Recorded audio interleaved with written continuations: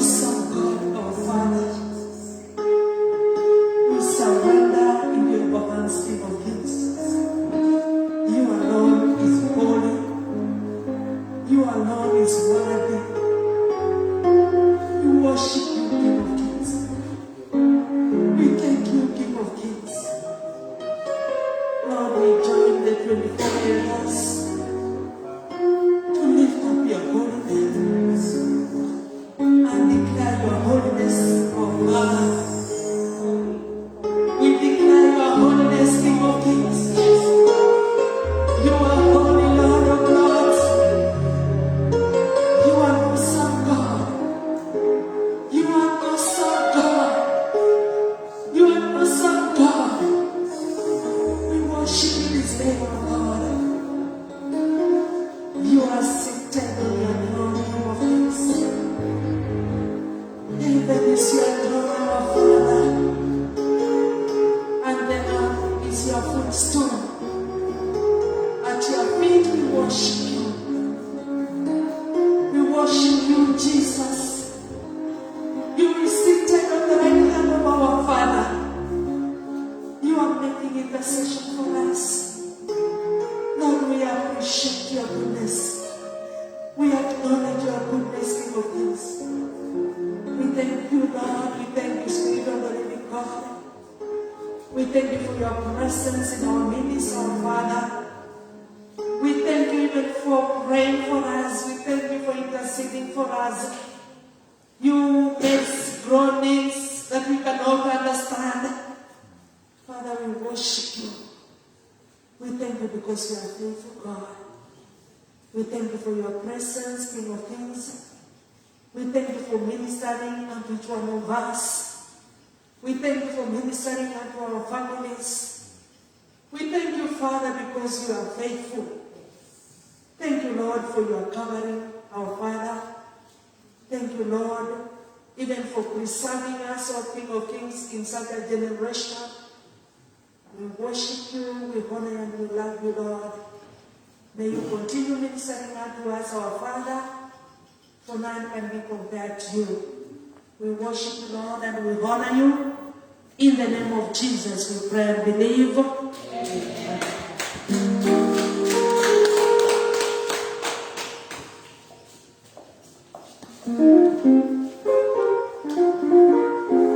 Bwana Yesu asifiwe. Tunashukuru Mungu kwa uwepo wake hata asubuhi ya leo. Nafasi hii ningependa kumwalika mtumishi wa Mungu ili akuje atupe ujumbe ambao Mungu ako nao kwa ajili ya maisha yetu. Kwa hivyo mkaribishe mtumishi wa Mungu kwa makofi.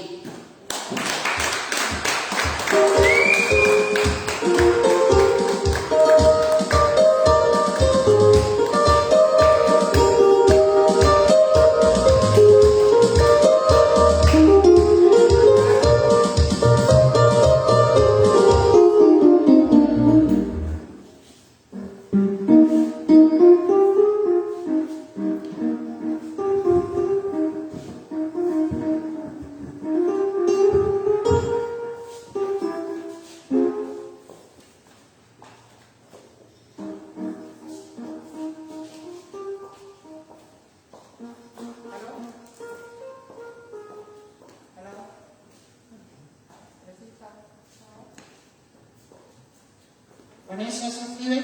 Amen. Ulikuwa itakina ndio ulikuwa nataka kabisa. Okay, we thank God for this day. Now we give praise to our Father, our Lord Jesus Christ, for giving us an opportunity one more time to continue sharing on the Word of God. So this is another day. God has given us opportunity to get more insight into the Word of God. So ni siku njema, Mungu ametupa tena nafasi tuweze kuangalia kitabu chake, maneno yake, ili tuendelee kujazwa na hekima yake tuendelee kujazwa na neno lake ndani yetu na ukweli, hasa ukweli wa mambo. So tulikuwa tukiangalia kanisa ni nini tangu wiki 3 zimeisha, na wiki ya mwisho, the last Sunday, tuliweza kuangalia kurudi kwake Kristo. Na tulipokuwa tunaangalia kurudi kwake Kristo, tuliona ya kwamba kurudi kwake Kristo sio vile wengi huwa wanadhania, na nilijaribu kufunza mengi sana vile Roho Mtakatifu wa Mungu amekuwa akinifunza, na yale Mungu alinifunulia, na yale aliniambia nije niwaambie.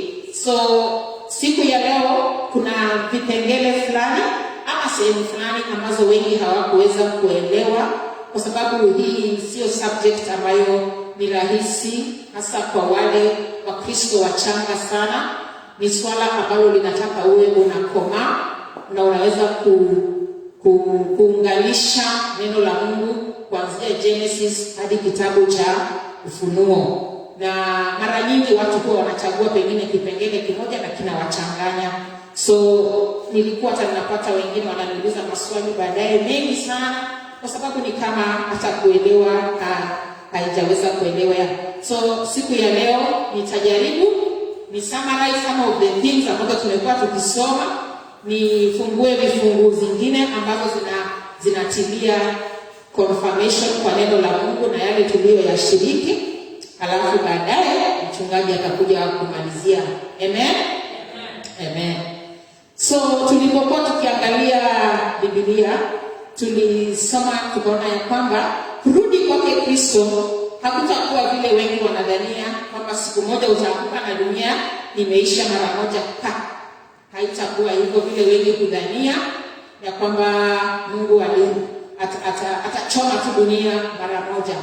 Mungu ni mpole wa hasira, so anatupatia muda mrefu wa kuweza kutubu.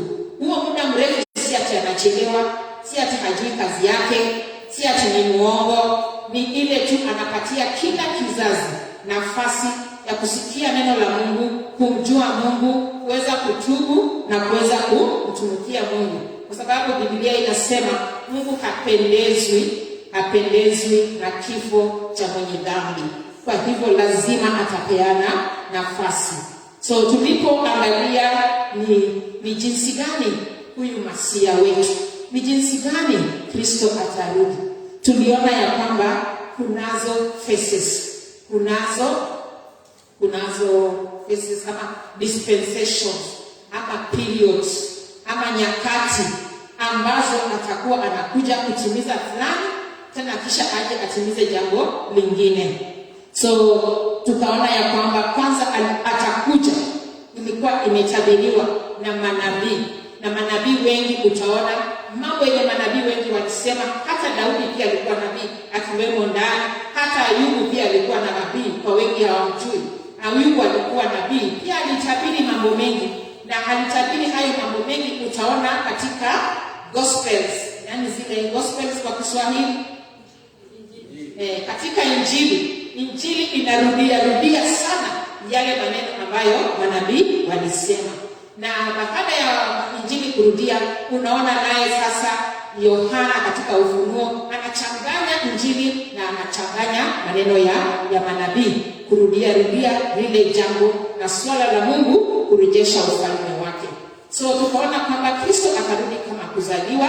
Manabii wengi walizungumzia juu ya hayo, na tukaona ya kwamba baada ya Kristo kuzaliwa atakufa, atafufuka na atapaa mbinguni.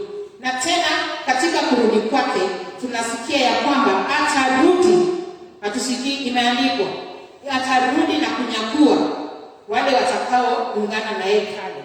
So utaona we start from birth, then the next one he comes back for rapture to take his saints.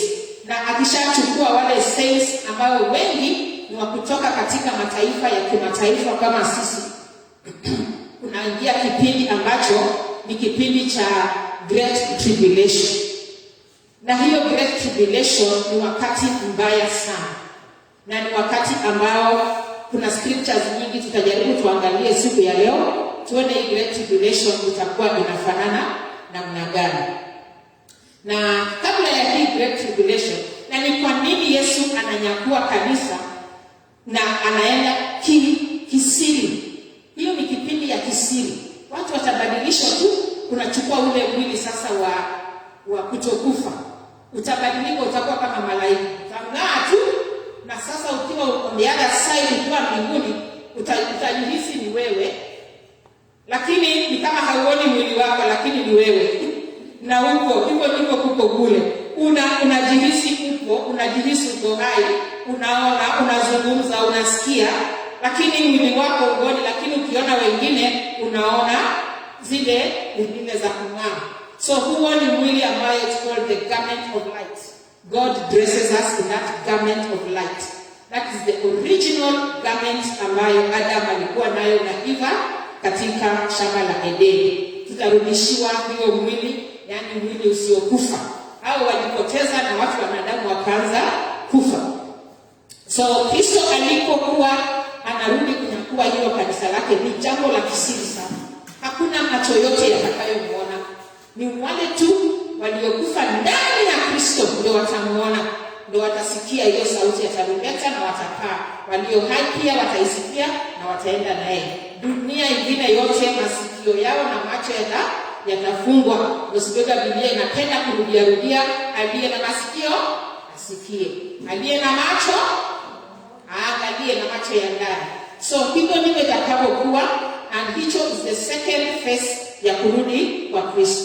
But hata kanyaga hapa duniani, akirudi tena kule juu, atakaa na sisi katika makao ambayo ametuandalia. Tutakuwa na yeye, tutakuwa na kina Abrahamu, tutakuwa na kina Yakobo, tutakuwa na kina Isaac. Wako kule, wanaishi tu na ni watu hai.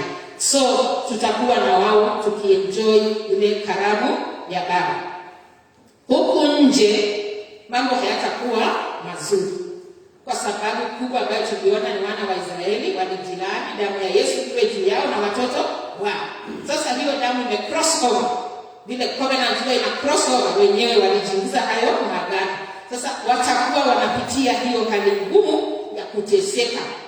Na ni kwa sababu gani walikataa Yesu? Tuliona ni kwamba sababu kubwa ya kwamba ni kwamba kulingana na unabii uliokuwa hii Biblia inasema Yesu ni mfalme, atarudi mfalme, atatawala kama mfalme. Lakini walipokuwa wanamwangalia yule Yesu, alikuwa anakaa kama mfalme kweli? Hakuwa anakaa kama mfalme. Hakuwa hata na kingdom. Hata unaona wakati mmoja Yohana anamuuliza, anasema, kumefika wakati wa kurudisha ule ufalme wa Israeli. Lakini anawaambia ufalme wangu sio kama wa hii dunia. So ufalme wa Mungu ni tofauti na hizi falme za hapa dunia. Falme za hapa duniani sio falme zilizojengwa kwa msingi wa utakatifu. Ni falme ambazo zimejengwa kwa misingi ya wanadamu na mapepo. Many families aka royal kingdoms ni kingdoms of the world. Utaona wanafanya mambo ambayo hata sio ya kupendeza Mungu. Nikiwapatia tu mfano, katika nchi ya Britain, inaitwa Britain ama inaitwa UK, London ama sijui wapi. London ni capital city, Uingereza. Katika nchi ya Uingereza, watu wanapokufa wale wafalme tangu miaka na miaka, wanayo kanisa kubwa tu kupita hata hili, lakini wamechimba huko chini ambako huwa wanaweka corpses. Wanaweka wana preserve, wana preserve hizo mili. Hata mume wa huyu wa sasa, mume wake aliwekwa pale, na ni wengi. Ukiingia kule kuna masanduku ya wengi. Hiyo ni kitu ambacho kusoma Biblia Mungu alikataza. Mtu akisha kufa usiwe na ushirikiano na yeye, because katika makaburi pale kunayo ile power ya yule mtu bado yuko pale, na spirit does not die. Hata hapa duniani kuna mtu ndio huyo anakufa, the spirit is alive. It is very much alive. Na ndio shetani huwa anatumia hiyo spirit zingine kimapepo kuita. Wanafufua watu in the spirit na wanatumia mwili ya huyo mtu kufanya uchawi.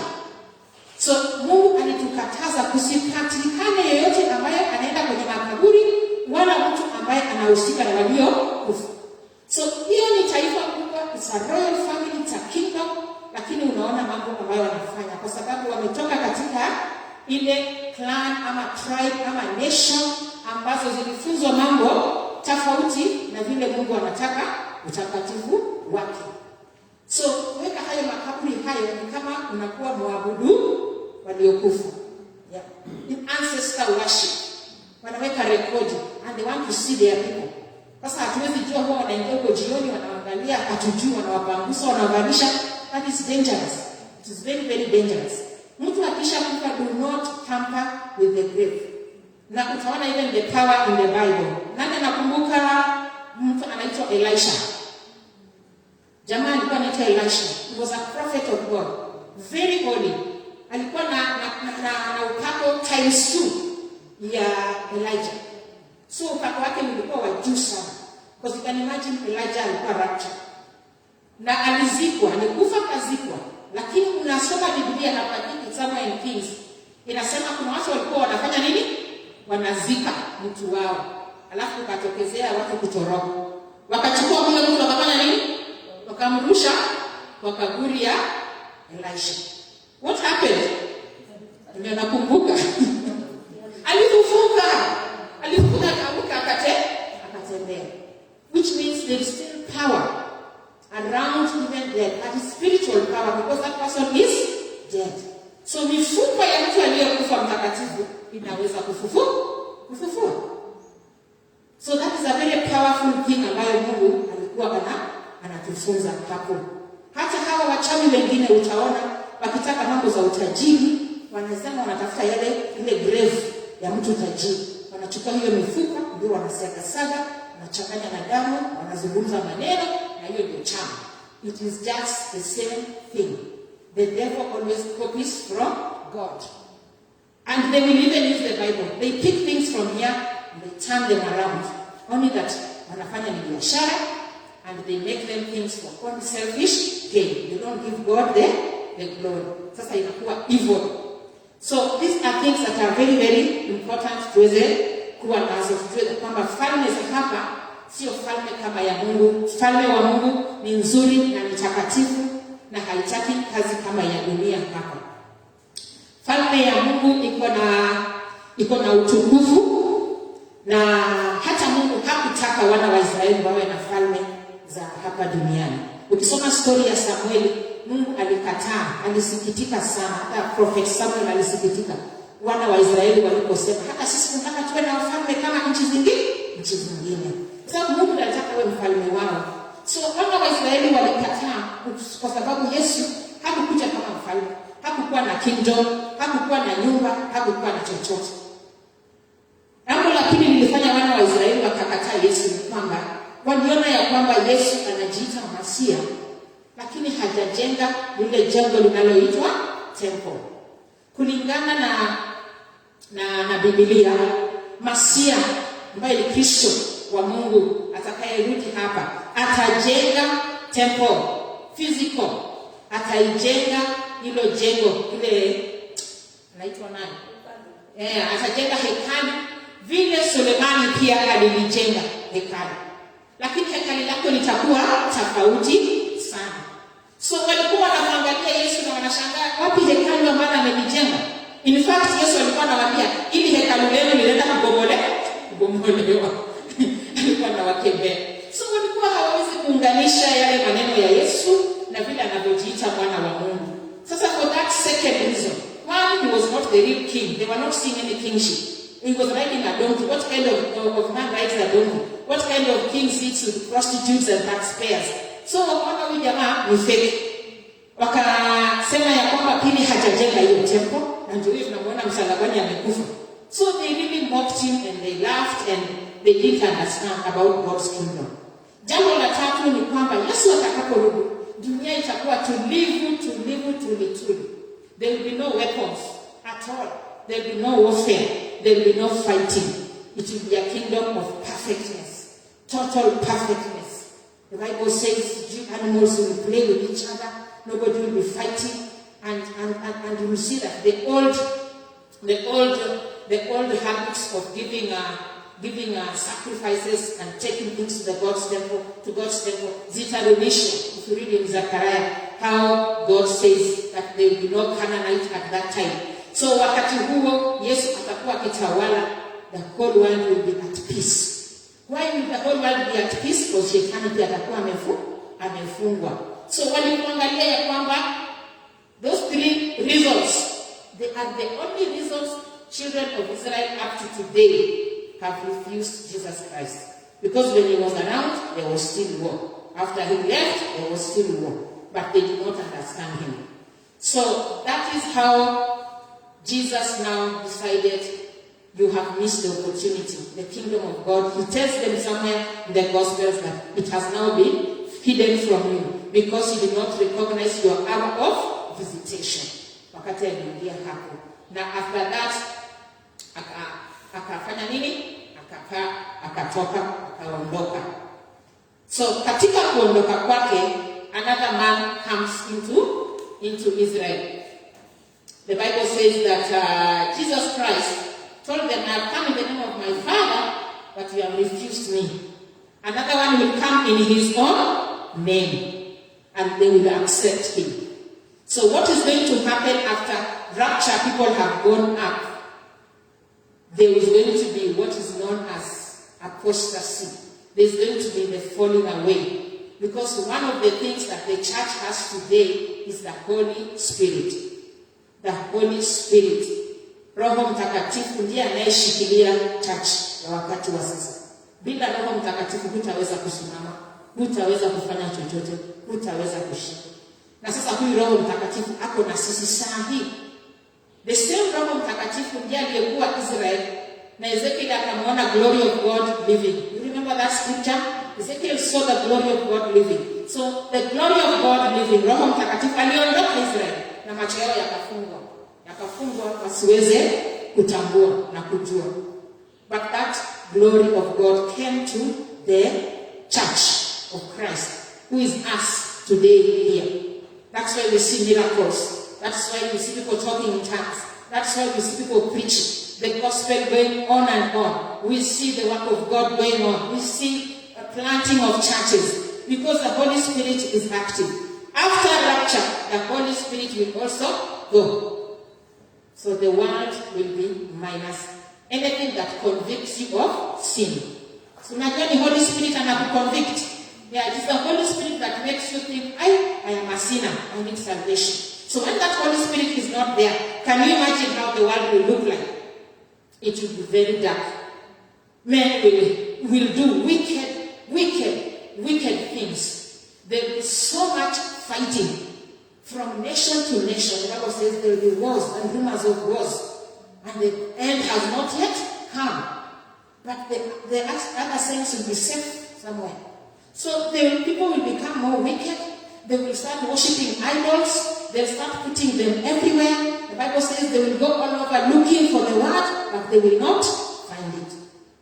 Because hakuna atakayekuwa anaruhusiwa kuhubiri. So in that face of that confusion, in the face of that confusion, a man will arise out. And this man will be endowed with the power of the devil. Na ataweza kusalimisha. Because during the wars, a lot of the fighting will be centered around Israel. The enemies will now be surrounding them. The enemies now will be fighting them. Jesus prophesied that. He said, when you see Jerusalem surrounded by the enemies, I'm not able to go into the scriptures, but I will just put them maybe later on. So I'll paraphrase when you see Israel surrounded by armies, then you know that the hour of that distress has now come. So Jesus Christ himself ndiye prophesied that prophecy to Israel.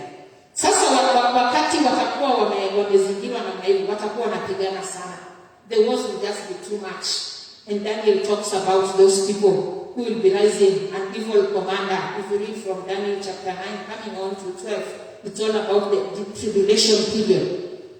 So there is going to be that fighting. Then one man will rise who will now finally bring peace into Israel. How will he bring peace? He will sign peace agreements. Na mnajua walikatazwa msiwahi kushake hands with the neighboring. By the way, the people will be fighting with them are just the neighboring nations. That's the way they are fighting now. The same nations, the Arab nations, the Iraqs, the Irans, all of them, they are all against the Jerusalem. They are fighting for that place of Jerusalem. It's the holy place of God. So it goes back to the war of God and Satan. So they will be trying to take over Israel. They will be trying to attack Israel. They want to rule from that place. Because all of them are now claiming that they own Jerusalem, the holiest grounds. The Muslims are saying, after in this place, Muhammad alikaa juu akaenda kuona Mungu na akarudia hapo Jerusalem. The Christians are saying our Lord was born there, and we want to. And there are Christians by they who are not really spirit driven. They also want to possess things by force. And then there are the Jews who know this is something they were given by God from the beginning of time, and nobody will take it away. And if they go in another nation, they'll be destroyed, the way they were destroyed in Germany in the 1948. So they are not willing. So there's going to be a lot of fighting for Israel, because that nation, there are so many secrets about it. I can't even tell them to you, but it's a place full of wealth. Under the earth, the Lord was telling me there's so much wealth that people do not know me. I don't even know what it is. But there is wealth there, and the nations will be fighting for that. Now, when Jesus Christ has already prophesied that to them, it must come to pass. And so these people, in their wickedness, they start taking a person, and they start recognizing this is the person who has finally brought us peace. This is the person who has brought us peace. And why do we say this person has brought us peace? Because now there's no more war. Everywhere it has signed. I think those peace treaties, it is Daniel who talks about them. Now, after they are very quiet like that, finally that agreement allows them to build the temple. So it is that man who has shaken the hands, ndio ambaye anawapatia nafasi ya kujenga temple. Do you see how it is fulfilling the prophecy? Yeah, that we must sign peace, there should not be no war. Na aweze kufanya nini? Kujenga temple. Sasa kujenga hiyo temple, hiyo ndio itakuwa ishara namba 1, kweli huyu ni mwana wa Mungu. And then after that, he will now allow them to go back to the old system of bringing sacrifices. They will start slaughtering the way they used to do in the days of Moses, believing that they are on the right track. They will install this man to be a king. So he's a king, and in a short while he calls himself the Messiah. So they know the kingdom of God has actually come. And it is a lie, because the Bible says they will believe the lie. Because this man will pretend to be like that for about 3.5 years. Now there are people in Israel who God will not take away. But when you read in Revelations, I think it's Revelations, where at the 144, someone can see there, they are sealed before the start of the tribulation.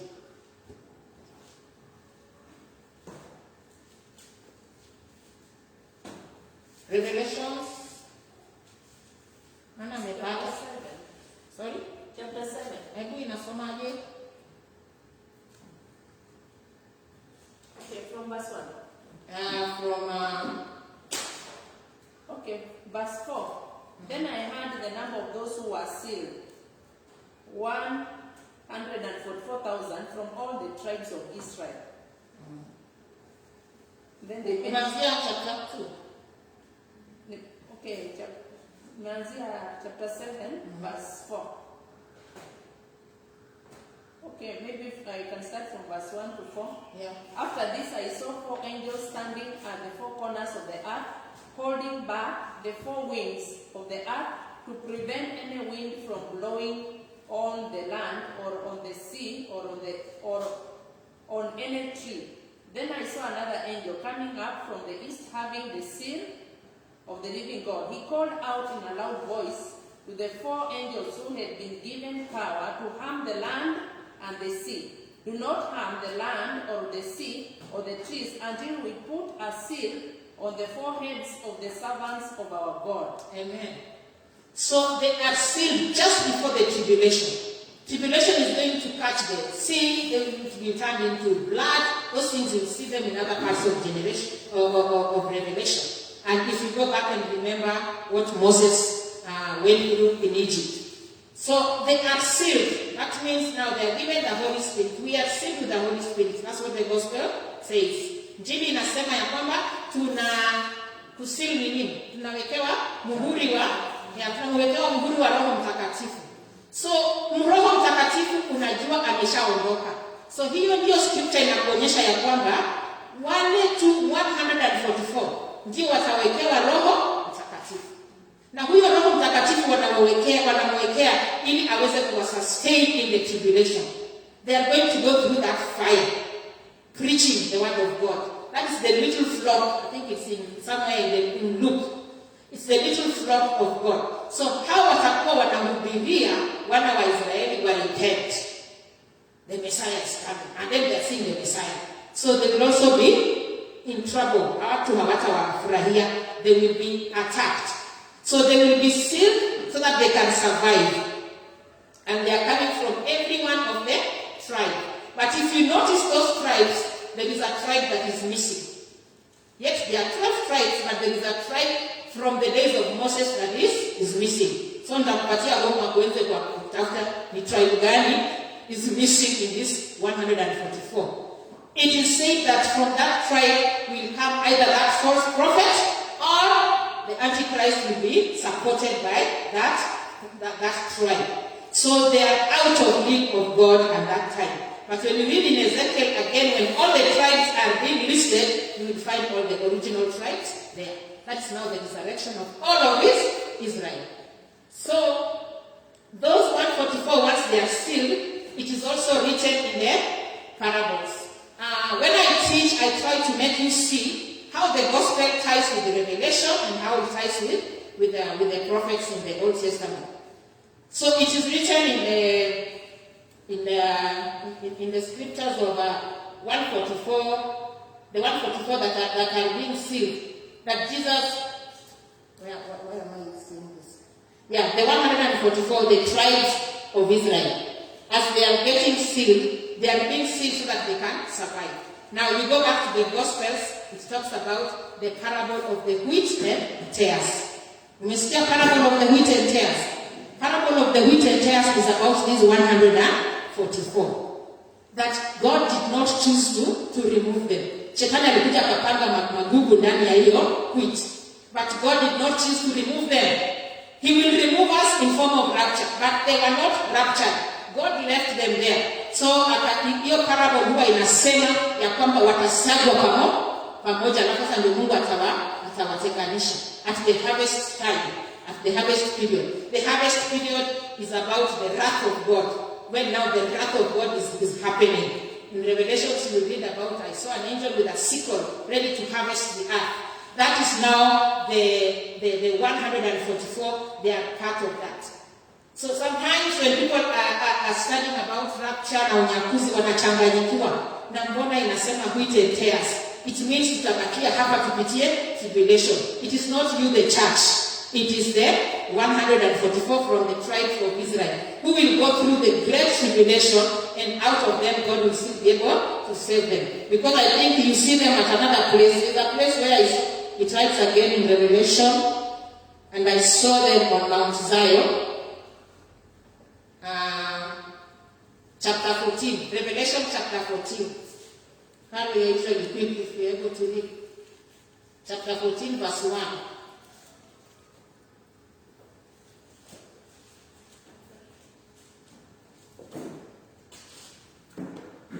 The Bible says, "Then I looked, and there before me was the Lamb, standing on Mount Zion, and with him 144,000, who had his name and his father's name written on their foreheads.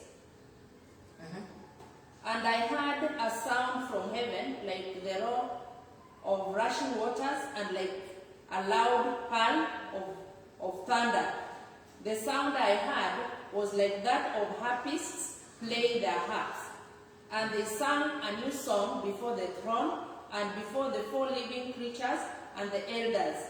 no one could learn the song except the 144,000 who had been redeemed from the earth. Amen.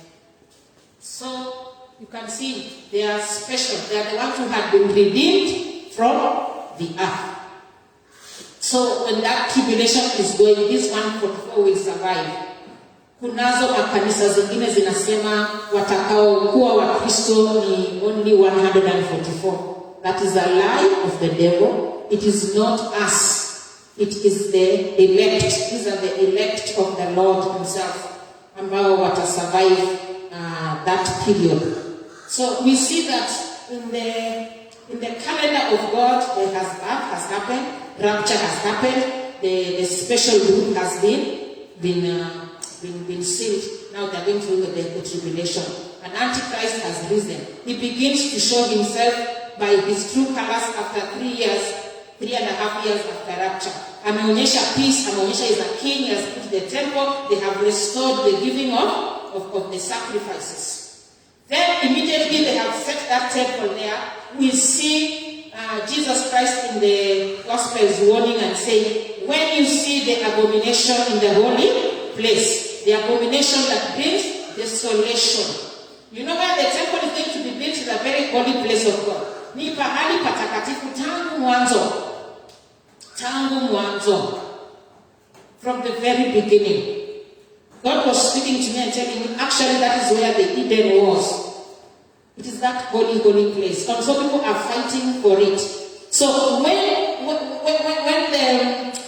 the temple is built there, God anger, hasira yake inachemshwa.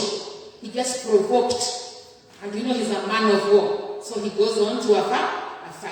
So the children of Israel misbehave terribly. It is the time when now total lawlessness is happening. And the man of lawlessness takes advantage of that situation and he puts an idol. Watajenga idol. Sanamu, wataiweka ndani ya hiyo temple. That is the abomination. And that man will start calling himself God. That is the abomination that God cannot tolerate. That his holy place, where his temple once stood, you know, tukufu wakati wa Solomon used to come there. And God wants to come back there. But then when he's coming back to Israel on Mount Olives, that is the place that is going to land. That is where the kingdom of God now will be set. So God's anger itachemka, and that is now when the final wrath of God will come. The knowledge of angels in Revelations zinatupa one after the other. Because he's trying to make sure that they don't get away with it. God is a God who just punishes every sin up to the fourth generation. The generation that sinned was much earlier, but the generation of that time, they will go through this wrath because God said it must come to pass. So once they start doing those worshiping, they start doing that thing, a false prophet also will come from them, and he will declare to these people. You know why we say the Antichrist has to be Jewish? Because he has to meet the gaps of the missing link. So the missing link. Yeah, he has to fulfill it. I wish to put what has any other person to do with Christianity? But he'll be working in cahoots with other nations who will be coming back from the lands that they were sent in or they were exiled in. So they will now put up an idol, a sanamu itawekwa pale. That is, you read it in Revelation, because Revelation chapter 13, it talks about this idol that is able to speak. It is actually able to speak. And that is when now everybody is told, go and worship there. So this 144 will realize this is a lie. So they'll go around telling people, this is a lie, this man is a lie. So he will get so angry and he will start revenging again on them. So that is how people start getting killed during the Great Tribulation. You either worship him or you are dead. You either worship him or you are dead. That is all written in Revelations chapter 13. If you start from 12, you will find a lot of it also there. The two witnesses will also appear at that time, trying to preach to the children of Israel to get saved, to repent, to turn to the Lord, to change their ways. They will not listen. They'll just be hard-hearted. This Antichrist will actually kill them. And you can see there, it's written, I think, in chapter 11, that he will kill them in that great city. The great city, every time you read the Bible, you hear great city. It is Jerusalem. It is later on called Sodom. It is later on called Babylon. So don't think of Babylon in terms of the old Babylon. This is the same Jerusalem being called Babylon. It is the scarlet woman on the beast. It is the harlot in the Bible, Jerusalem. Because atakuwa amekuwa harlot, na practice harlotry. The way the prophecy of Hosea was with other nations. Watakuwa invite other nations who are non-believers, who don't follow God, to come and shake hands, and they'll be doing very evil things together. And this man will be feeling powerful because he has the support of all the surrounding nations. So there's nothing they can do. So that mixing with other nations is what God calls harlotry. So they are the harlot that is in the Bible. It's the scarlet woman. If you continue reading scriptures of Revelation, how they will kill prophets, they will kill servants of God, they will kill so many people. But later on, God shows his justice, as in Revelation 19. So this period of tribulation, as it is happening, the church is not here. As it is happening, Israel is in great distress. And then, now comes the time when God is so angry with this person, so angry with this devil and the torment that he's doing, and so God will come down in what is known as the day of the Lord. The day of the Lord, if you read in the prophets, it is prophesied by almost all of them. All of them. And as we saw last Sunday, it is not a great day. In fact, when you read the prophets, you will see exactly how it will look like. So let's see one of the places that what they say, how it will look like. In Isaiah chapter 20. No, Zephaniah. Let's go to Zephaniah chapter 1, verse 14 to 18. Zephaniah.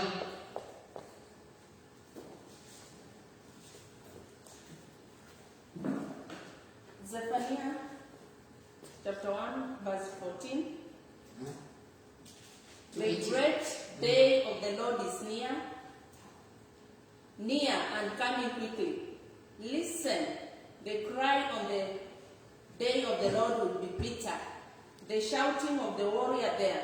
That day will be a day of wrath, a day of distress and anguish, a day of trouble and ruin, a day of darkness and gloom, a day of clouds and blackness, a day of trumpet and battle cry against the fortified cities and against the corner towers.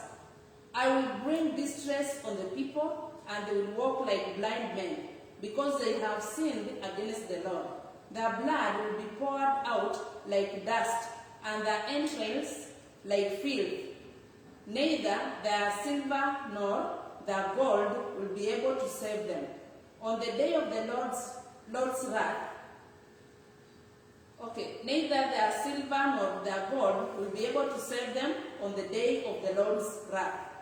In the fire of his jealousy, the whole world will be consumed, for he will make a sudden end of all who live in the earth.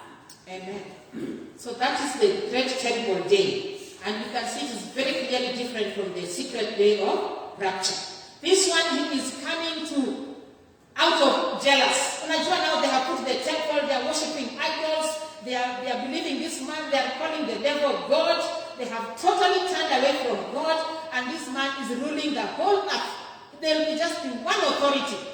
You will not buy nor sell if you do not have the mark. And you know, God used to mark his children. If you read I think in Numbers, he used to mark his children. He used to tell them, put a mark on your hand or on their forehead. So this devil will be copying those things that exactly God had told them. They will have that mark of theirs. Number 666 will be on their forehead or on the arm, as it is. So they will just know this is the way God normally does things. And they will provoke God to so much jealousy, as you can see how how Zephaniah says, they will be wailing. There will be so much distress. And now when God comes to the whole earth, everybody will see him. Everybody will be seeing him because he will come with fire. He will come with all the armies of heaven to come and now battle this great Antichrist, who has totally messed the world and made the world worship the devil as God. So now God will be coming now to punish. That is what Zephaniah there is saying. Then we did also Isaiah 13, verse 9 to 11. Isaiah 13, 9 to 11.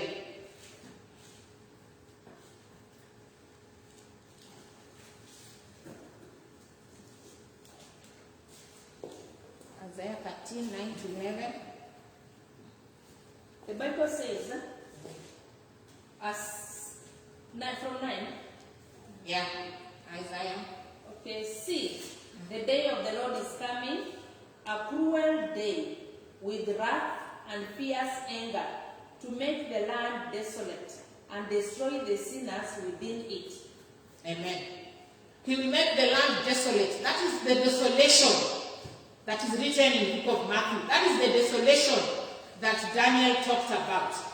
He is going to make it desolate because of that abomination that they have put in his temple. So we must be able to understand how it just goes and how it ties together. If you read in Matthew 24, 30, 31, Matthew 24, 30, 31, you just have to go through these scriptures, bear with me. They will help you whenever you're studying this subject. It is a subject that confuses people very much. But you are privileged that you are going to get it firsthand, just the way God wants it to be correctly preached. Amen? Amen. So we come to Matthew 24, 30, 31.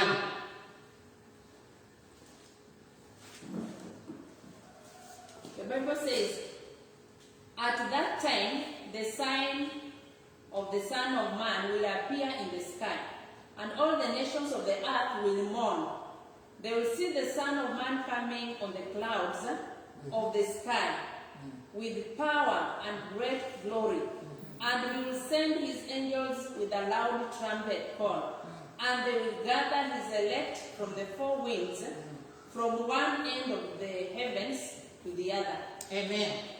So you can see when you go slowly in that scripture, it says everyone on earth will see him. In rapture, not everyone sees. We are caught up. But in this time, everyone will see him coming with great glory and power and authority. And he sends angels to collect his elect. The elect are now Israel. Now they are not being raptured. They are not being caught up. They are not being changed. It is not God himself. It is angels that are going to gather. So that is the fundamental difference whenever it comes to the gathering of the elect. You must know that is the biggest difference. These ones are being gathered on earth because it's already coming. They are being gathered by angels. But in rapture, you hear a trumpet, you rise from the dead, and you are caught up. So it is specific to Israel because now in Israel, these elect among them are the 144. And those who will be crying, who will have discovered we need to repent, this man is not the true Messiah, this man is an antichrist, this man is the devil. So these people will be hiding wherever they will be. It will be a very terrible, terrible time. You remember I was telling you how the day of the Lord will look like, to the point that you do what? A father will be eating his own son, or the mother will be eating their own child. If you look in Luke 23, 26, Jesus warned them when he was going on the cross. When Jesus was being taken to the cross, and these women were following him, and they were crying and mourning for him. What did he say? What did he answer? Read in Luke 23, 28.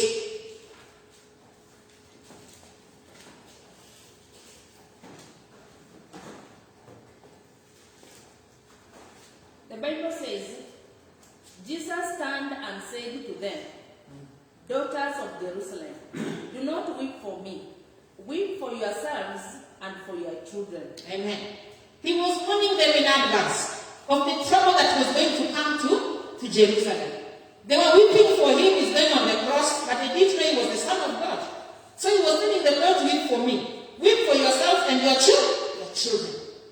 generation that will be caught now in the tribulation. Because they will go through so much bad time, they will weep. As we have seen, when Jesus comes back, they will be mourning in the whole earth. Because when the Lord comes, it's not like every day. It's not like every day. It's not even like the day of rapture. The day of rapture, kama itakuwa midnight, watu wataamka tu asubuhi hakuna watu, si ndio mama? Yeah, they'll just wake up, hakuna watu. Kama itakuwa mchana, itakuwa hivyo tu, and there will be just confusion, and then total silence. But on the day of wrath, when God, the creator of the heavens and the universe, descends and steps here, it is not a day you want to be here. It's not a day you desire to be caught in that tribulation. Let us look at Revelation 6:11 and see how that day looks like. Revelation 6, chapter 11, verse 11.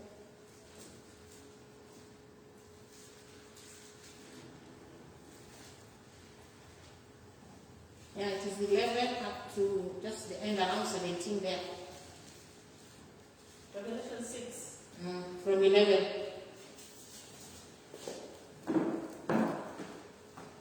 The Bible says, then each of them was given a white robe, and they were told to wait a little longer until the number of their fellow servants and brothers who were to be killed as they had been was completed.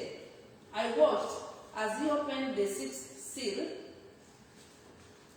There was a great earthquake. The sun turned black like sackcloth made of goat hair.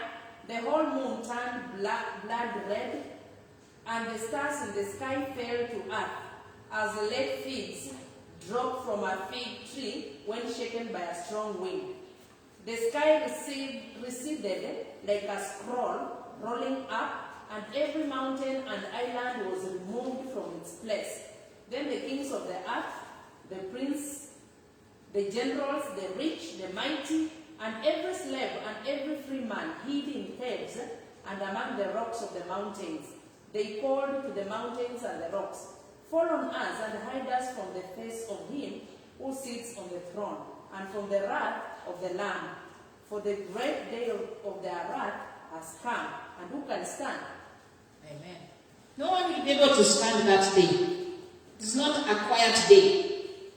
Usimix na day of rapture ati unazungumzia day of the Lord unaita the day of rapture. No.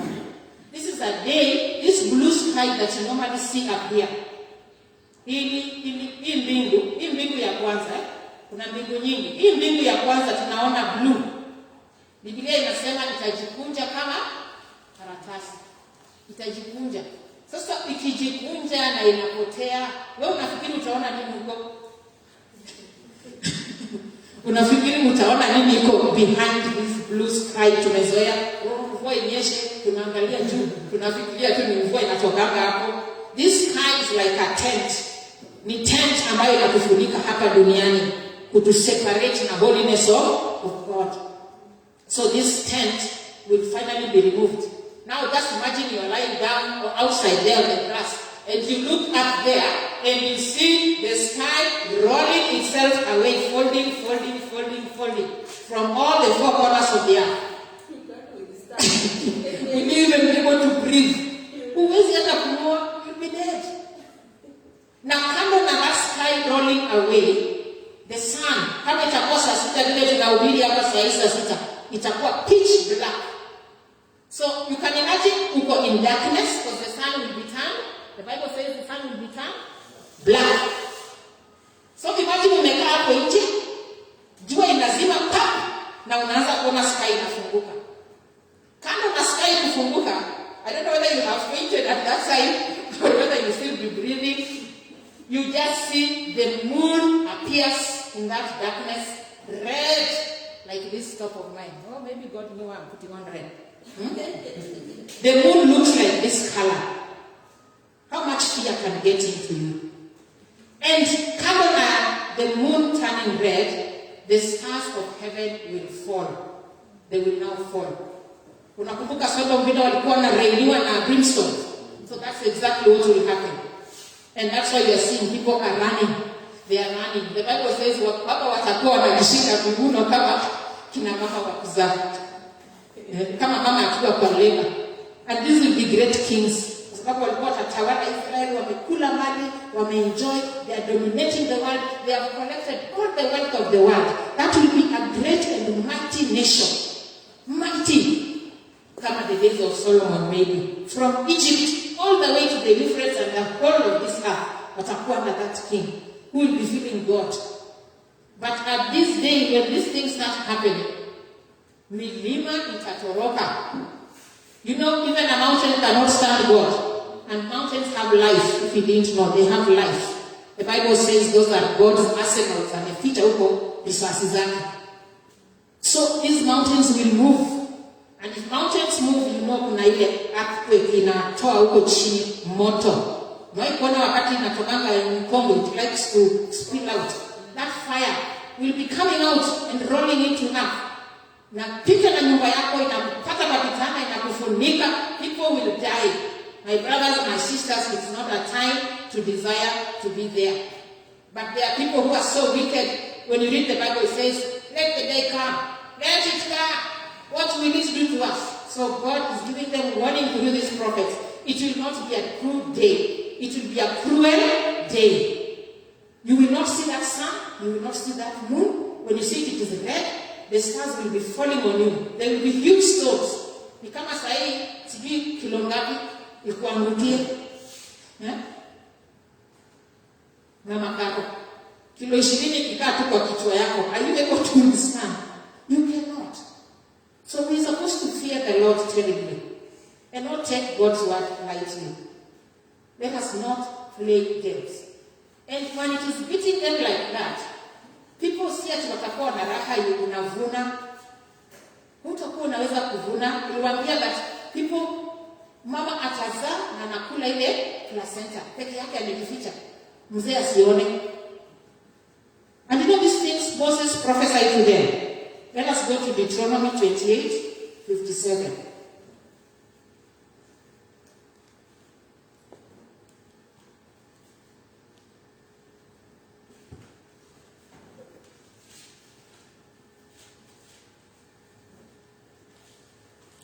Deuteronomy 28:57.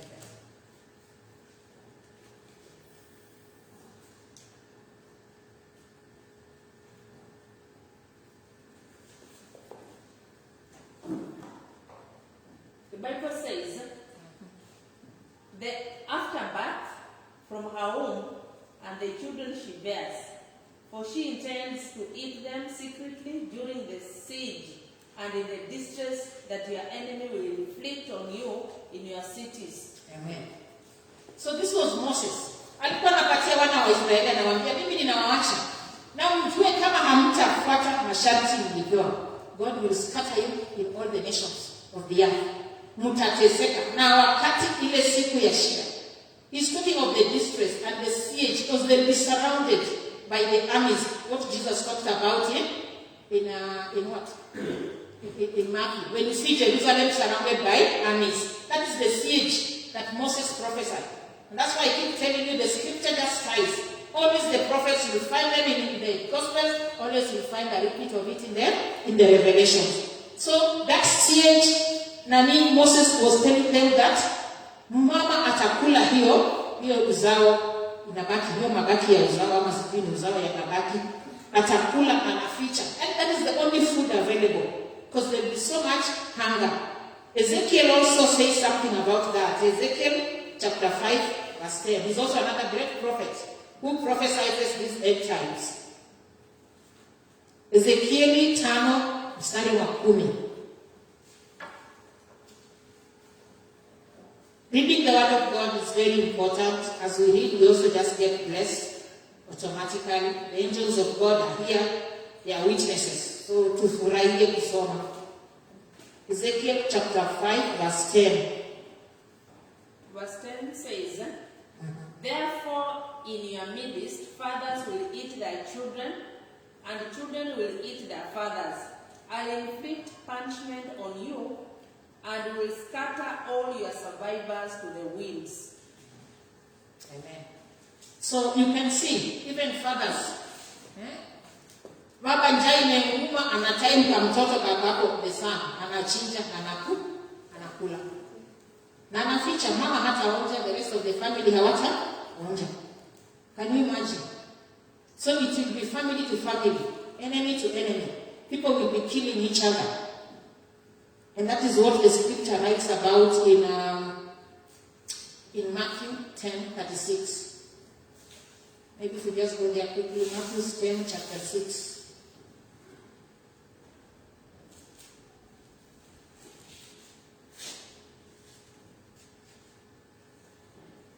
Matthew 10, chapter 36. The Bible says, a man's enemies will be the members of his own household. Yes. A man's enemies will be members of his own household. Wewe uko kwa nyumba mnaishi mume na mke na watoto, lakini your auntie each other for food. Can you imagine? A man's enemies will be members of his household. And that scripture also ties with the one that says in Matthew 24, chapter 40, verse 42, which says, one will be taken and one will be left. Many people think that scripture is about rapture. It is not about rapture. That scripture is about the tribulation period. How people will be betraying each other in their families. How you just go out there and you say, this is the one that is praying, this is the one that is worshiping. How they will pick one person and eat. That is what that scripture is always about. But many people just tend to think it is about the rapture. No. The rapture are the saints of God. They are picked from the ground. Sasa in the ground, unaamuka tu na unaenda. Ukiwa hai, unaenda. You can even be lucky. Maybe even a whole family can go. So it cannot apply. It cannot apply. This is about members of one's household. Ezekiel talks much more about it as you read in those scriptures of Ezekiel 5:1-6. So this is how that situation will look like. So God will come and punish this earth and the people that they are there. And those are the angels that you are seeing in Revelation, throwing things, blood, what, nzige, locusts, all those things. That is what will be happening during that great tribulation. It is called the period of Jacob's hour of distress, or Jacob's hour of tribulation. We see Jeremiah, you can read Jeremiah 30, verse 7 to 8.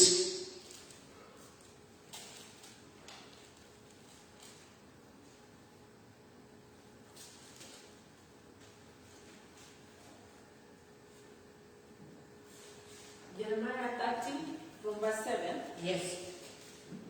How awful that day will be, none will be like it. It will be a time of trouble for Jacob, but he will be saved out of it. In that day, declares the Lord Almighty, I'll break the yoke off their necks. Amen. Amen. So it is a time of Jacob's hour of tribulation. Jacob ni wana wa Israeli. So that tells you strictly that the day of the Lord is intended for the children of Israel and any other one of our survivors that will be there. But in that prophecy, Jeremiah promises, again, God will do what?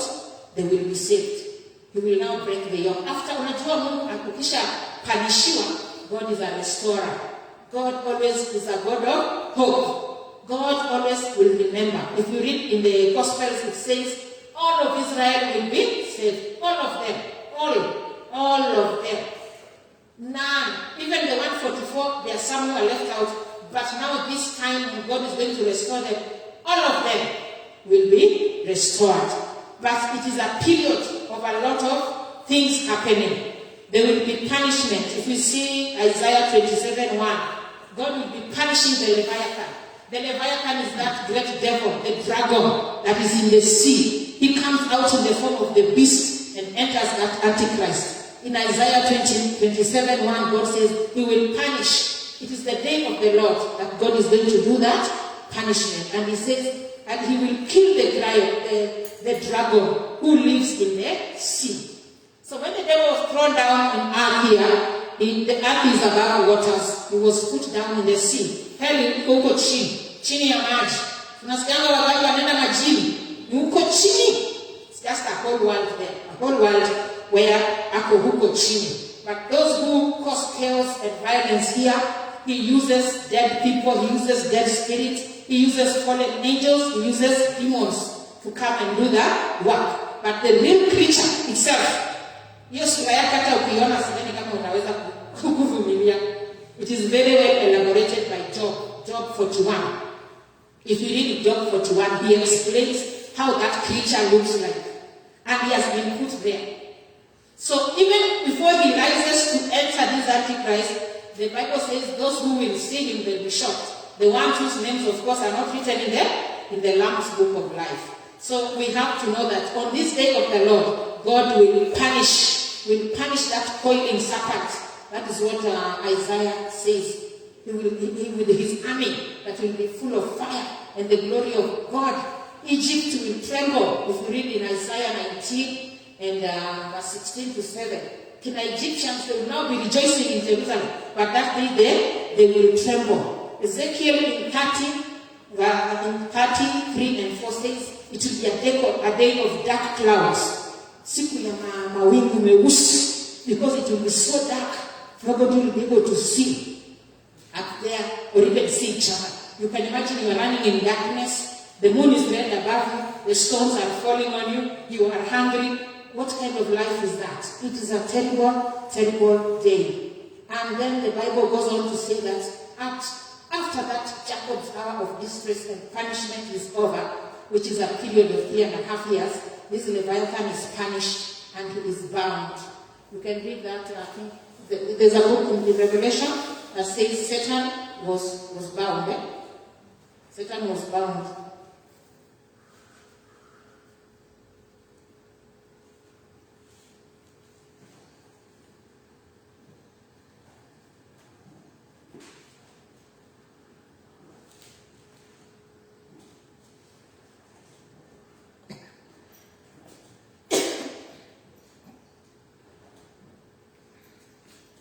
Yeah, in Revelation chapter 20, verse 1.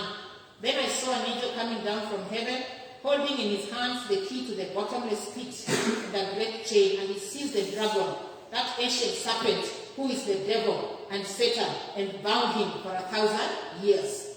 So we don't tunamwitanga Shetani, devil, dragon, serpent, Leviathan. Those are all his names. Angel wa Mungu sasa atamshika, atamfunga, and he'll be bound for 1,000 years on the day of the great Lord. But it looks like it will not be just one day. It is a series of things and events that will be happening. Because in that same day, there is the battle, that Leviathan is thrown in the lake of fire, the false prophet, they are thrown in the lake of fire, and then even after that, the devil now himself, the original one, is bound and put in prison, the bottomless pit, and then Jesus will take over authority as a king. As a king now. He will now be sitting in his majesty. So he will now start his work of restoring the old fallen kingdom. Because he's coming as a king, a warrior. He fights, he wins the battle, destroys the devil. He binds them. He's not killed, by the way, remember. The devil is not killed. He's just bound for 1,000 years. And during that 1,000 years, Jesus now settles in Jerusalem. When he has landed that earthquake, he now settles in Jerusalem. When he settles in Jerusalem, he starts to build the temple. Jesus himself will build the temple. The temple that Jesus built is written in the prophecies of Ezekiel from chapter 40, from chapter 41, chapter 43, going on to chapter 40. I think from 40, 41, 42, 43, up to 48.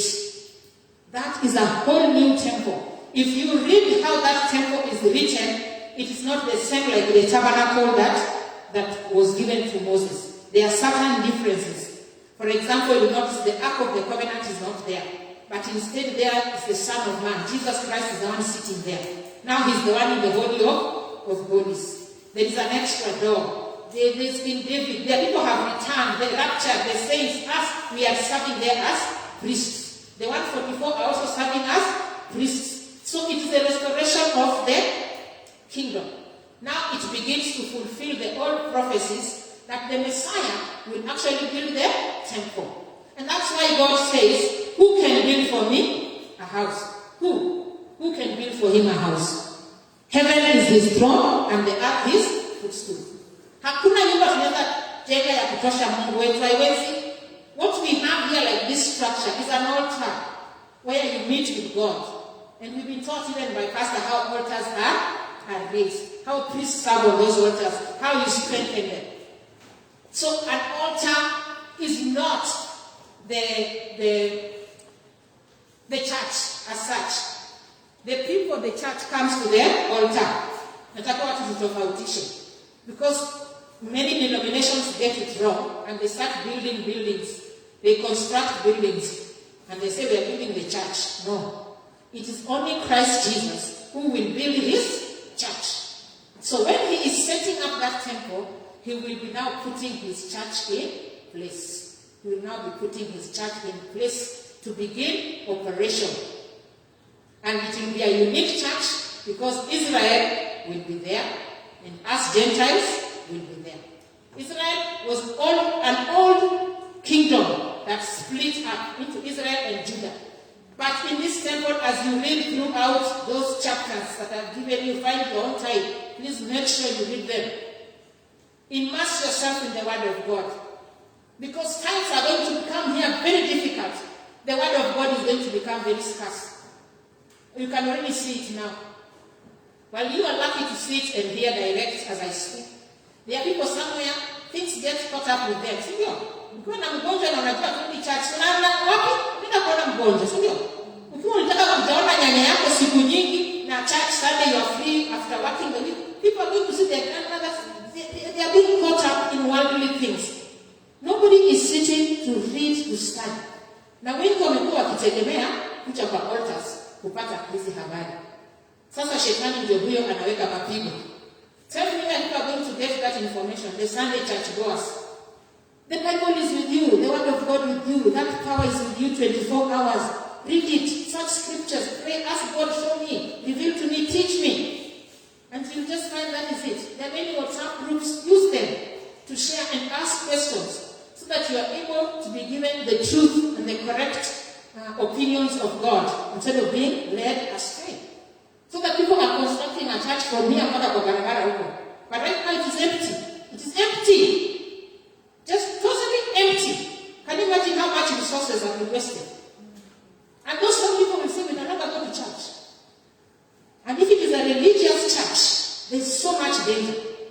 Kwa sababu wale watoto wamezoea twende tufunzwe dini, tusome dini, tujue neno. They are not able to do that. What will happen? This mother hajui dini inafunzwaje, neno inasomwaje. What will the mother do to the children? This is now going to become the evil generation. Lovers of themselves. Haters of the Word of God. And it will start like that. And anytime rapture, and now the full lawlessness will enter this earth. So let us be sensitive to the Word of God. When I give you scriptures to go and read, please don't be lazy. Read them. Read them. The temple of God is coming. And that is the church of Christ. And in Ezekiel, God promises that He will now set up a new covenant. A new covenant. He will even remove the name of Israel. It will not be there. It will not be there. It will now be another new name. That is now the church of Christ. Finally, on earth here. It is what Revelation says. You will see the new Jerusalem. Coming like a bride. Glorious bride from heaven. The new Jerusalem. So it will just come. After the scrolls have been removed, this blue sky imetolewa. Sasa utaona Jerusalem inang'aa iliyojengwa na Mungu kutoka mbinguni. And it will come and settle in Israel. And God's dwelling will be with man finally. The way He wanted it from the beginning.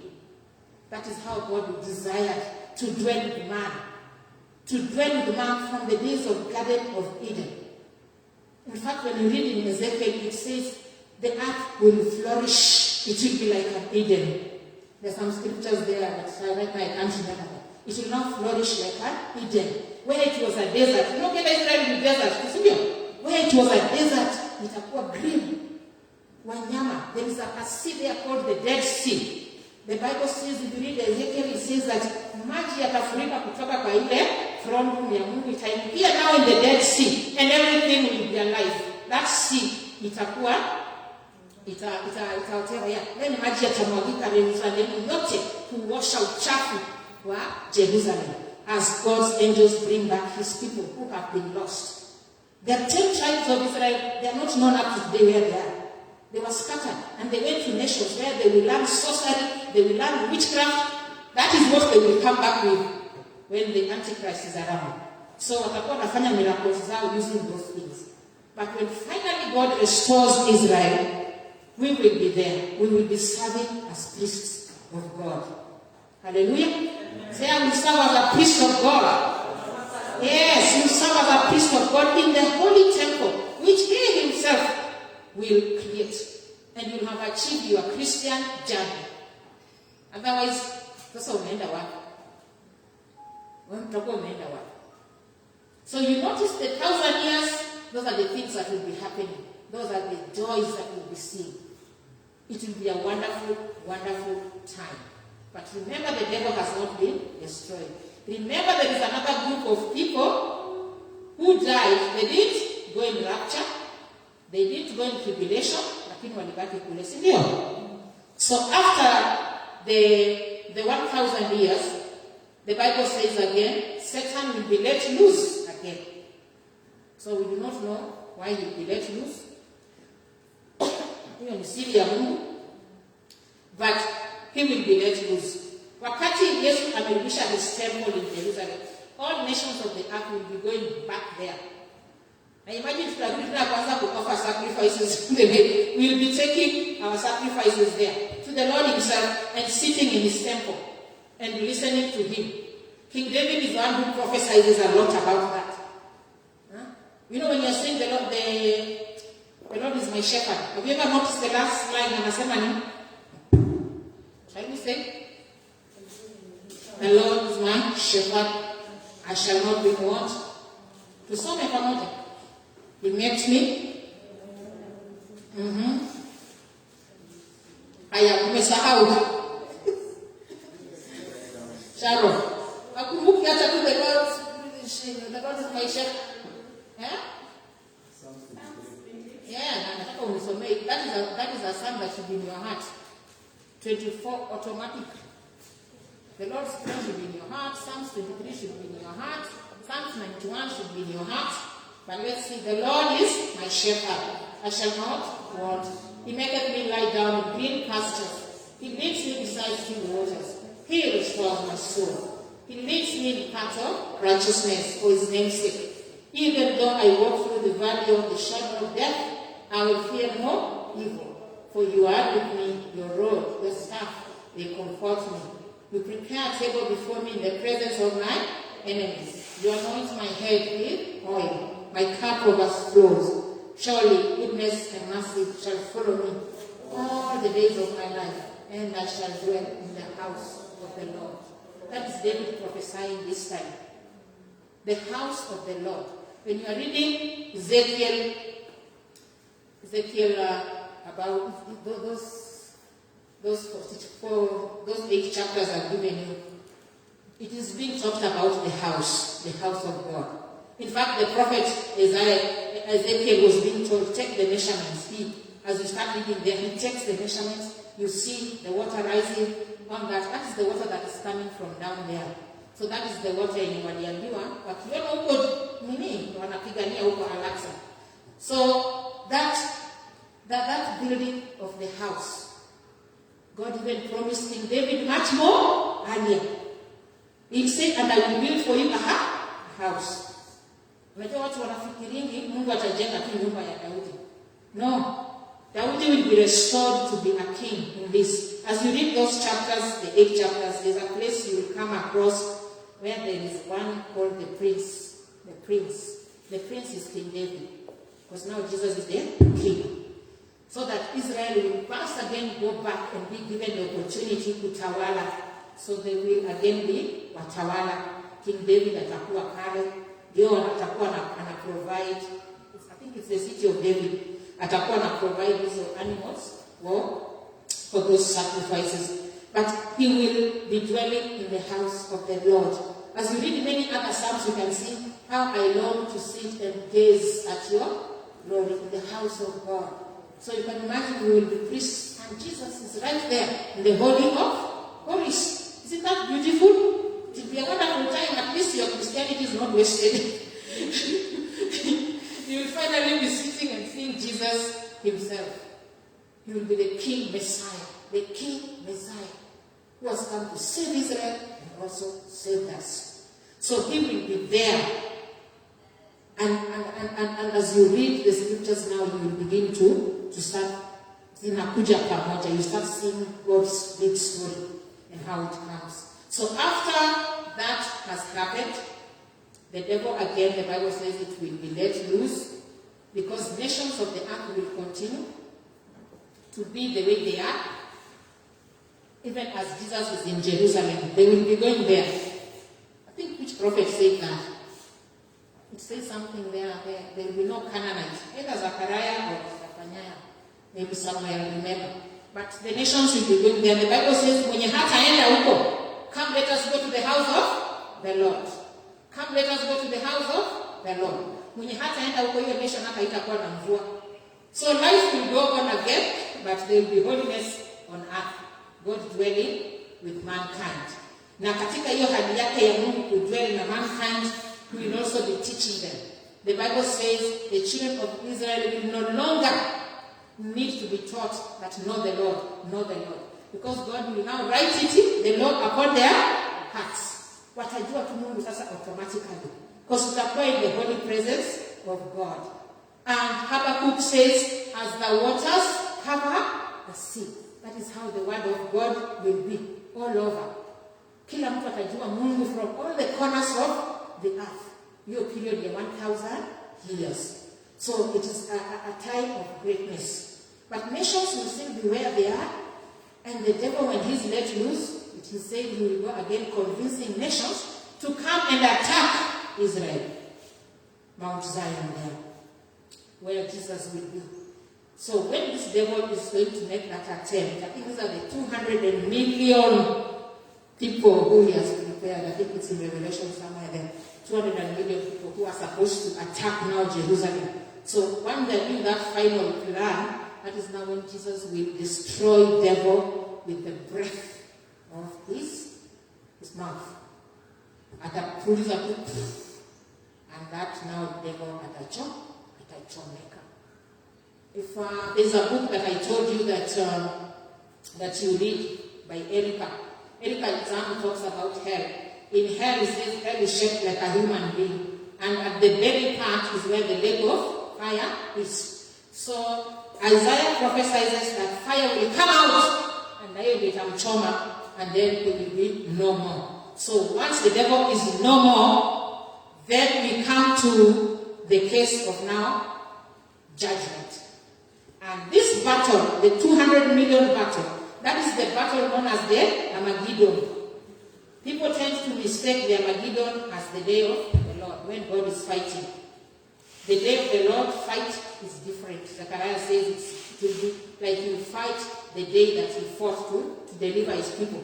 So the day of the Lord is not the Armageddon, but both days are days of war. The Armageddon is purely the 200 million from around after the 1,000 years.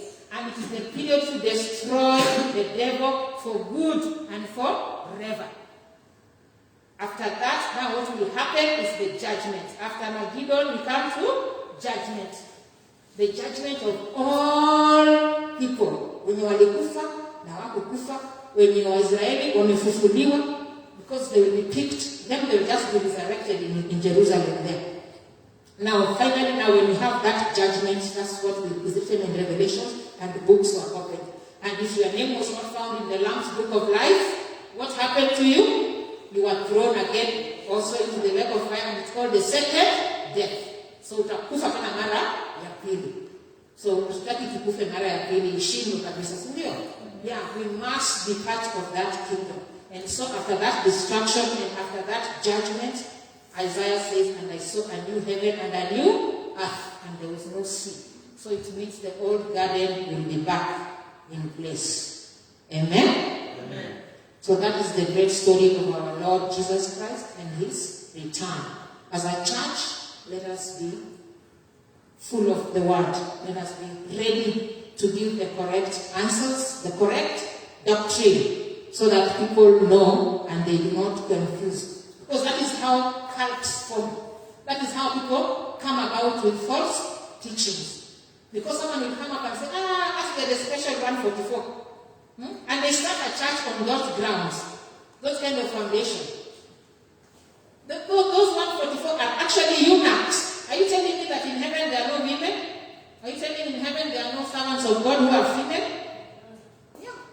But because the cult and the devil is deceiving people so that they don't know the truth of God, so many Christians are going to lose heaven because they got it wrong with the doctrine. Amen? We thank the Lord and we bless him for this revelation. Amen?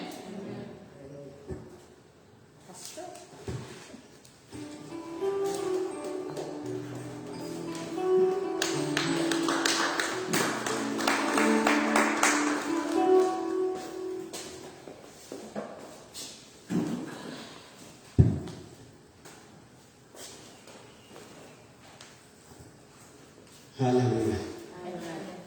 Bwana asifiwe. Najua tumebarikiwa sana. Tumebarikiwa kuweza kupata ufunuo hasa the book of Revelation. Hiyo kitabu na kitabu cha Ezekiel na Daniel. Usipokuwa mwangalifu kinadanganya sana. Bwana asifiwe sana. Lakini najua tumepata ufunuo. Na Mungu wetu ni Mungu mwaminifu sana. Kiasi kwamba ametupatia nafasi. Ametupatia nafasi, ametupa neema ya kuweza kushirikiana na yeye, kusoma neno lake na kuenenda katika makusudi na mapenzi yake.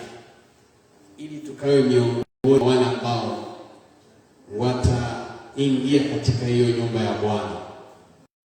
Tumeona vipindi vile vinaenda, vile vinasonga, lakini ni kwa sababu ya neema yake tumesikia hili neno leo.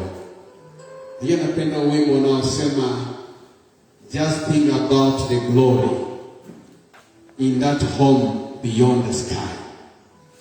Praise the Lord. That many things on earth shall be common over there. But I long to see the one who died for me. Praise the Lord. Oh, just think about the glory in that home beyond the sky. Oh, just think about the beauty we shall see by and by. Many things on earth with value be common over there. But I long to see the one who died for me. There are things man cannot buy. Bwana sifiwe. Pesa haiwezi kununua. Yaani huko hata pesa sio kitu. Kwa hivyo wapendwa, wacha tung'ang'anie kitu ambacho ni cha dhamana sana kuliko fedha, kuliko mali ya dunia hii. Tung'ang'anie kupata kitu cha faida wakati Yesu atakapofunuliwa. Tunashukuru sana mtumishi wa Mungu. Bwana akubariki sana kwa ajili ya huo ufunuo, kwa ajili ya hiyo mafunzo. Hiyo inakutia changamoto mimi na wewe kusoma Biblia. Bwana asifiwe sana. Simuliambia kwamba mbingu imejaa. 144,000 wamejaza mbingu. Sasa nyinyi mnaenda wapi? Mbingu haijajaa. Praise the Lord. Mbingu haijajaa. Mbingu bado inahitaji watu. Bwana asifiwe sana. Na ndipo sasa tumepewa nafasi ya kutengeneza maisha yetu tukapate kuingia huko. Bwana wabariki sana. Bwana abariki timu yetu ya media. Ndugu Benjamin akubariki sana kwa kuweza kutufikisha YouTube. Ya kwamba watu pia wanabarikiwa katika haya mahubiri katika YouTube na Facebook. na Facebook. Tunambariki Bwana sana. Nataka kushukuru Bwana. Baba Mungu wetu, katika jina la mwanao Yesu Kristo, tunakushukuru kwa ufunuo mkubwa ambao unaendelea kutufunulia kila kuchao. Asante kwa Roho wako Mtakatifu ambaye anatufundisha, na asante hata kwa watumishi wako ambao wamefunulia mambo haya kuweza kuleta undani wa kuelewa hili neno. Baba, ninaomba siku ya leo ya kwamba Mungu utasaidia kila mmoja wetu kuweza kusongea karibu na wewe kupitia katika neno lako, kupitia katika ushirika na wewe, kupitia katika maombi, kupitia katika kukuabudu katika roho na kweli, ili Mungu ukaendelee kujifunua kwa watoto wako, ukajifunue kwa kanisa kiujumla, ya kwamba Bwana tutaendelea kujengeka na kuimarishwa ndani mwetu, ili utakapokuja hiyo siku tutaweza kunyakuliwa pamoja kwa utukufu wa jina lako. Endelea kutengeneza maisha yetu Bwana, endelea Bwana kututakasa jinsi tunavyoendelea kwa mbele zako, maana neno lako linaponena nasi, hili neno linatutakasa, hili neno linatusafisha, hili neno linatutenga na hila ambazo ni mbaya, hila ambazo ni ovu, hila ambazo ni potofu, ambazo haziwezi kushirikiana na ufalme wako. Bwana, siku ya leo tunaombea kila mmoja wetu, hata wale ambao wanatutazama katika YouTube, wale wanatutazama katika Facebook, tunawaombea haya maombi. Baba, fungua macho yao ya kiroho, fungua masikio yao ya kiroho, wakapata kusikiza kutoka ndani na wakapata kufunuliwa kutoka ndani, ili Bwana wasidanganye na kudanganywa katika mambo haya, wasidanganywe katika nyakati hizi, ya kwamba yule adui mjanja hataweza kupanda mbegu potofu katika maisha ya watu wako, katika jina la Yesu Kristo. Baba, tunang'oa yale mafunzo potofu ambayo yamepandwa katika maisha ya watu wako, tunayang'oa katika jina la Yesu Kristo. Tunaomba watu wako wakashirikiana na neno la kweli, ambalo hilo kweli yako itaweka huru, na watakuwa huru kweli kweli, maana tutajua ukweli na ukweli utatuweka huru. Ukweli wa neno lako ukaweke huru kila mmoja ambaye amesikia siku ya leo, katika jina la Yesu Kristo. Mungu wetu ni asante. Naendelea kusimama na taifa la Kenya, naendelea kuomba ya kwamba Mungu ukaendelea kutenda mema kwa hili taifa, ukatende mema kwa viongozi wetu, ukatende mema kwa watu wanaoshikilia nyadhifa mbalimbali katika taifa la Kenya. Ukaondoe ufisadi, ukaondoe ubinafsi katika jina la Yesu Kristo, ili taifa Baba likatekeleze makusudi yake, yale uliyokusudia ya kwamba litaweza kushiriki katika nyakati za mwisho, kwa kuandaa wengine kukujua wewe, kwa kupeleka mwangaza kwa mataifa mengine, katika jina la Yesu Kristo. Baba, tunasimama kinyume na roho ya korona, haitaendelea kuangamiza watu wako. Tunapinga hiyo roho ya mauti katika jina la Yesu Kristo, ikaachia watu wako, ikaachia nafsi zao. Wewe haupendezwi na kifo cha mwenye dhambi, unapendezwa mwenye dhambi akitubu na kugeukia njia zake mbaya na kugeukia wewe uliye Mungu wa kweli. Tunaomba ya kwamba wenye dhambi wasiangamie na hili gonjwa la korona, katika jina la Yesu Kristo. Baba, tunanena neno la uponyaji kwa vitanda vyao, wale walio katika ICU, tunatuma neno lako likawishe nafsi zao, likawishe roho zao, katika jina la Yesu, wakaweze kupona na kukombolewa katika jina la Yesu Kristo. Mungu wetu ni asante kwa sababu ya ulinzi wako. Ninaombea watoto wako wakalindwe popote walipo, wakalindwe wanaposafiri, wakalindwe wanapolala, wakalindwe waamkapo, wakalindwe. Wewe ukatume jeshi la mbinguni kulinda wateule wako Bwana, kinyume na mipango za yule mwovu, ya kwamba hataweza kushindana na watoto wako katika namna yoyote, katika jina la Yesu Kristo. Kwa kila jaribu ambalo linakuja mbele zetu, tunajihesabu sisi ni zaidi ya washindi katika Kristo Kristo Yesu. Asante kwa watoto wetu, asante kwa jamii zetu, asante kwa wapendwa wetu. Tunaomba wokovu huu ukawafikie katika kila sehemu ambapo wako, Bwana, na wako wote wakajumuishwe pamoja katika kulisifu na kukuabudu wewe, Mungu wa kweli. Baba, tunakupenda, Baba, tunakubariki katika jina la Yesu Kristo tunaomba tukiamini. Amen. Now may the grace of our Lord Jesus Christ and the love of God and the fellowship of the Holy Spirit be with us now and forevermore.